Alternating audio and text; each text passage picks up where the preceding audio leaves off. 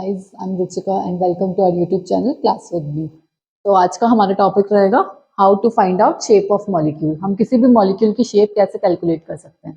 तो सबसे मेन काम तो हमारा क्या है कि हमें हाइब्रिडाइजेशन पता होना चाहिए।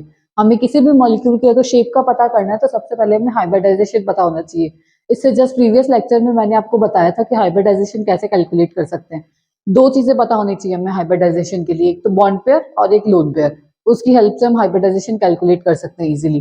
तो बेसिकली हम अगर शेप पता करनी है तो हमें दो पार्ट्स में डिवाइड करते हैं, ठीक है, किसी भी उस मॉलिक्यूल को।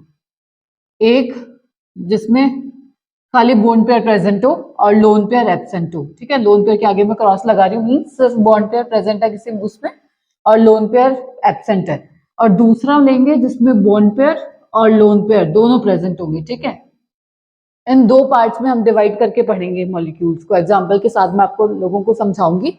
तो जिसमें लोन पेयर प्रेजेंट होते हैं इसकी वीडियो हम नेक्स्ट लेक्चर नेक्स्ट क्लास में आपको लोगों को बताऊंगी कि इनका मॉलिक्यूल शेप कैसे बता सकते हैं हम।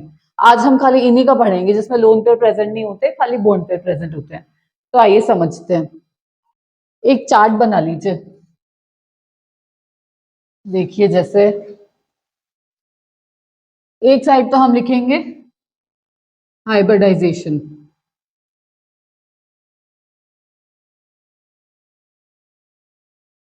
ठीक है, हाइब्रिडाइजेशन। एक साइड आ गया बोन पेयर कि किसी भी मॉलिक्यूल का हाइब्रिडाइजेशन क्या है और उसमें कितने बॉन्ड पेयर प्रेजेंट है। नेक्स्ट आ गया लोन पेयर। तो लोन पेयर तो मैंने आप लोगों को बताया कि लोन पेयर तो हमेशा एब्सेंट है, ठीक है। तो इधर रिमूव कर दीजिए। नेक्स्ट क्या आएगा, ज्योमेट्री। ये ज्योमेट्री क्या हो सकती है किसी मॉलिक्यूल की। और लास्ट में हम लोग देखेंगे एग्जाम्पल, ठीक है। तो देखिए, सबसे पहले तो हम लोग देखते हैं एसपी हाइब्रिडाइजेशन का। फर्स्ट नंबर हो गया एसपी, मतलब कोई भी मॉलिक्यूल जिसका हाइब्रिडाइजेशन एसपी होगा हम उसकी शेप कैसे देखेंगे। तो आइए देखते हैं। कोई भी मॉलिक्यूल है अगर उसका हाइब्रिडाइजेशन एसपी है तो उसमें बॉन्ड पेयर और लोन पेयर कितने प्रेजेंट होंगे। लोन पेयर तो मैंने आपको बता दिया कि लोन पेयर तो जीरो है, सब में जीरो होंगे, लोन पेयर तो इसमें प्रेजेंट ही नहीं है। तो बॉन्ड पेयर कितने हो गए, अगर लोन पेयर जीरो है, एसपी। एसपी का मतलब एक एस का हाइब्रिड ऑर्बिटल और एक पी का हाइब्रिड ऑर्बिटल, तो टोटल कितने हो गए, टू।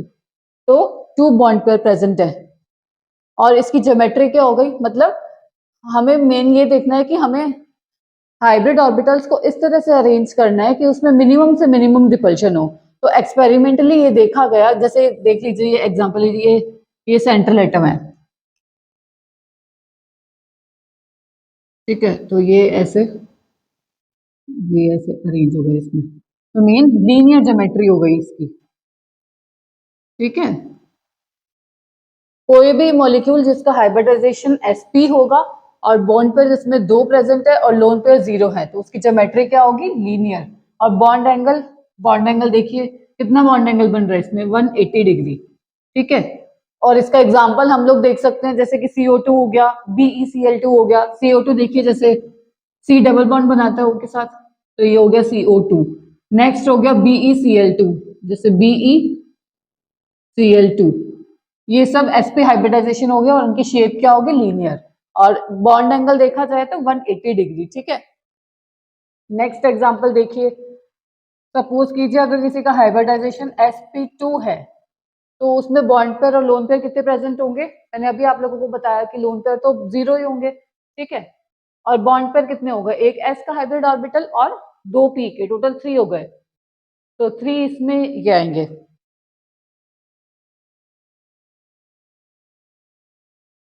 ठीक है। तो इसकी ज्योमेट्री क्या बनेगी, हमें हाइब्रिड ऑर्बिटल को इस तरह से अरेंज करना है कि मिनिमम से मिनिमम रिपल्शन हो। तो एक्सपेरिमेंटली ये देखा गया कि अगर हम हाइब्रिड ऑर्बिटल को, जैसे ये सेंट्रल एटम है, अगर हम हाइब्रिड ऑर्बिटल को इस तरह से अरेंज करें, ऐसे तीन हाइब्रिड ऑर्बिटल है ना हमारे पास, तो हमें तीन ऐसे ऑर्बिटल बना दिए, इस तरह से अरेंज करेंगे तो इसमें मिनिमम रिपल्शन होगा। ये एक्सपेरिमेंट के थ्रू देखा गया है। तो इसको हम ज्योमेट्री को क्या बोलते हैं, ट्राइगोनल प्लेनर, ठीक है। और इसमें बॉन्ड एंगल कितना हो गया, 120 डिग्री। इसका एग्जांपल हो गया जैसे BCl3 हो गया, ठीक है। नेक्स्ट हम लोग देखते हैं जिसका हाइब्रिड, ये हमने क्या पढ़ा, जिसका हाइब्रिडाइजेशन sp होगा उसकी शेप होगी लीनियर, जिसका हाइब्रिडाइजेशन sp2 होगा उसकी शेप होगी ट्रायगोनल प्लेनर। नेक्स्ट हम देखते हैं थर्ड, जिसका हाइब्रिडाइजेशन sp3 होगा, मींस 3p के हाइब्रिड ऑर्बिटल और एक s का हाइब्रिड ऑर्बिटल। इसमें लोन पेयर कितने होंगे, एज यूजुअल 0, और बॉन्ड पेयर कितने होंगे, 3 + 1 4। तो इसकी शेप क्या होगी, इसकी शेप होती है टेट्राहेड्रल। ये तो आप लोगों को याद ही रखने पड़ेंगे शेप के नेम। मींस ये सेंट्रल एटम है, 1 2 3, और एक समझ लो इस तरह से होता है, 3 तो प्लेन में होते हैं और एक ऊपर समझ लो, 4 ऑर्बिटल होते हैं इसमें, ठीक है। तो इसका एग्जाम्पल क्या होगा, CH4 देख लो जैसे, ठीक है, समझ में आ रहा है। नेक्स्ट हम लोग देखते हैं sp3 के बाद, अगर नेक्स्ट हम देखें तो क्या हाइब्रिडाइजेशन है, sp3d। कितने हाइब्रिड ऑर्बिटल हो गए, 3 + 1 + 1 5, ठीक है। सेम उसी तरह से लोन पेयर तो 0 ही होंगे। 5 हाइब्रिड ऑर्बिटल को इस तरह से अरेंज करना है कि मिनिमम से मिनिमम रिपल्शन हो, तो हम उसको किस तरह से अरेंज करेंगे, ये हो गया सेंट्रल एटम।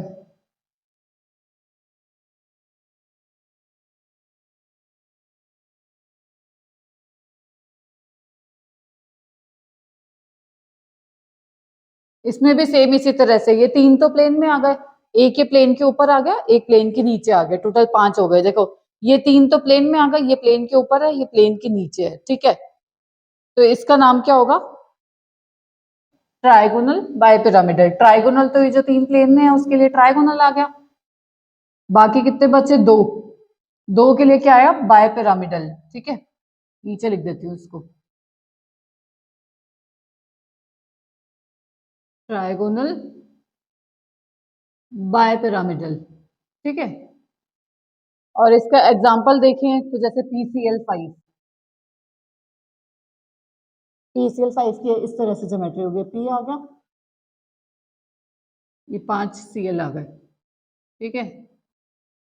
ये 3 Cl तो प्लेन में हो गए, ये एक प्लेन के ऊपर और एक प्लेन के नीचे, ठीक है। इसी तरह से हम नेक्स्ट देखते हैं, अगर किसी भी मॉलिक्यूल का हाइब्रिडाइजेशन sp3d2 है, तो उसमें बॉन्ड पेयर और लोन पेयर कितने कितने हुए, लोन पेयर तो मैंने आपको बताया 0 ही होंगे सभी में, बॉन्ड पेयर कितने हो गए, 6। तो इसका नेम क्या होता है, ऑक्टाहेड्रल।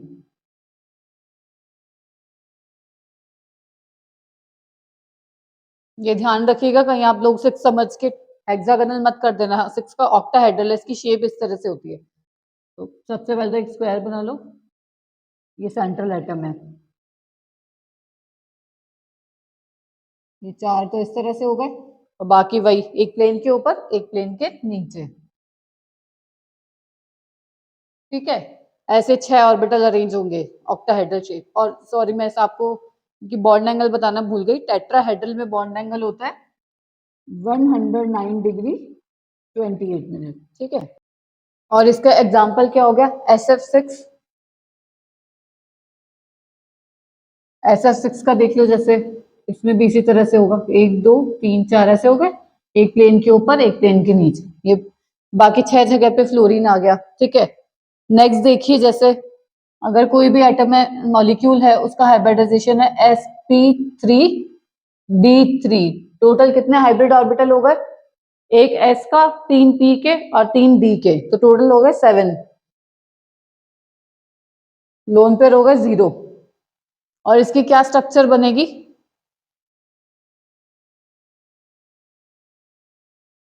Pentagon bipyramidal. 5 के लिए हो गए पेंटागन, बाकी कितने रहे, 2 बायपिरामिडल, ठीक है।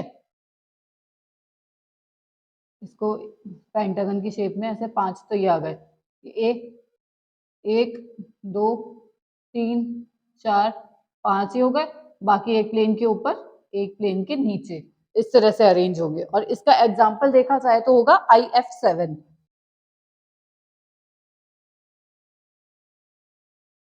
ठीक है, इसको एक बार रिवाइज करा देती हूँ। तो देखिए, सबसे पहले तो मैंने क्या बताया, हमें किसी भी मॉलिक्यूल का अगर शेप पता करनी है तो सबसे पहले हमें उसका हाइब्रिडाइजेशन निकालना है। ठीक है, आप लोगों को हाइब्रिडाइजेशन पता है तो आप इजीली शेप का पता लगा सकते हैं। देखिए, सबसे पहले मैंने क्या बताया, अगर किसी भी मॉलिक्यूल का हाइब्रिडाइजेशन है sp, तो मतलब अगर उसमें लोन पेयर 0 है और हाइब्रिड ऑर्बिट, ये बॉन्ड पेयर कितने हो गए, एक s का एक p का, टोटल हो गए 2 बॉन्ड पेयर हो गए। तो उसकी शेप क्या होगी, हमें मॉलिक्यूल को इस तरह से अरेंज करना है कि मिनिमम से मिनिमम रिपल्शन हो। तो हम इस तरह से अरेंज करेंगे, ए सेंट्रल एटम है, ये आ गए इस तरह से ऑर्बिटल, तो इसकी शेप होगी लीनियर और बॉन्ड एंगल क्या हो गया 180 डिग्री। इसका एग्जांपल क्या बताया, जैसे कि कार्बन डाइऑक्साइड डबल बॉन्ड बनाएगा तो ये लीनियर शेप है और 180 डिग्री बॉन्ड एंगल। नेक्स्ट हो गया sp2 हाइब्रिडाइजेशन, बॉन्ड पेयर कितने आ गए 3, लोन पेयर आ गए 0, तो इसकी शेप क्या हो गई ट्राइगोनल प्लेनर, तीनों प्लेन में आ गए और बॉन्ड एंगल 120 डिग्री। एग्जाम्पल हो गया जैसे BCl3 का, देख लीजिए इस तरह से B आ गया, Cl3, 3 जगह Cl आ गए, ये प्लेन में है। ठीक है, नेक्स्ट हो गया sp3 हाइब्रिडाइजेशन है अगर किसी भी मॉलिक्यूल का, तो लोन पेयर 0 है, बॉन्ड पेयर कितने आ गए 4, तो इसकी ज्योमेट्री क्या होगी टेट्राहेड्रल और bond angle 109 degree 28 minute. Example क्या हो गया CH4, CH4 की टेट्राहेड्रल ज्योमेट्री होती है। आपसे डायरेक्ट क्वेश्चन पूछा जा सकता है कि CH4 की क्या ज्योमेट्री होगी, तो आप इजीली बता सकते हैं टेट्राहेड्रल। नेक्स्ट देखिए, जैसे sp3 5, इसमें बॉन्ड पेयर कितने हो गए 5, लोन पेयर हो गए 0, इसकी शेप क्या हो गई ट्राइगोनल बायपिरामिडल, ट्राइगोनल मतलब 3 तो ये हो गए और एक प्लेन के ऊपर एक प्लेन के नीचे। एग्जाम्पल क्या बताया मैंने आपको, PCl5, PCl5 भी बहुत बार पूछा जाता है एग्जाम में। नेक्स्ट क्या आ गया sp3d2, बॉन्ड पेयर वही 6 हो गए, लोन पेयर 0 हो गए, शेप क्या हो गई octahedral.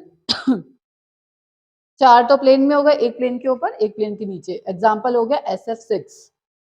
Next sp3d3, bond pair 7, shape pentagon bipyramidal, IF7 example हो गया। आप बस एक दो बार भी रिवाइज करेंगे ना इस चार्ट को, आपको इजीली याद हो जाएगा। sp की लीनियर शेप, sp2 की ट्राइगोनल प्लेनर, sp3 की टेट्राहेड्रल, sp3d की ट्राइगोनल बायपिरामिडल, sp3d2 की ऑक्टाहेड्रल, sp3d3 की पेंटागन बायपिरामिडल। ठीक है,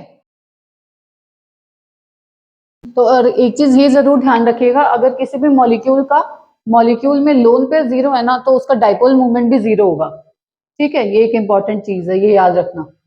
अगर किसी भी मॉलिक्यूल में लोन पेयर 0 है तो उसका डाइपोल मूवमेंट भी 0 होगा। ठीक है, समझ में आया कैसे हम किसी भी मॉलिक्यूल का शेप पता लगा सकते हैं इजीली। आज के लिए बस इतना ही, मिलते हैं नेक्स्ट लेक्चर में, तब तक के लिए गुड बाय, और प्लीज सब्सक्राइब जरूर कीजिएगा हमारे चैनल को। Thank you.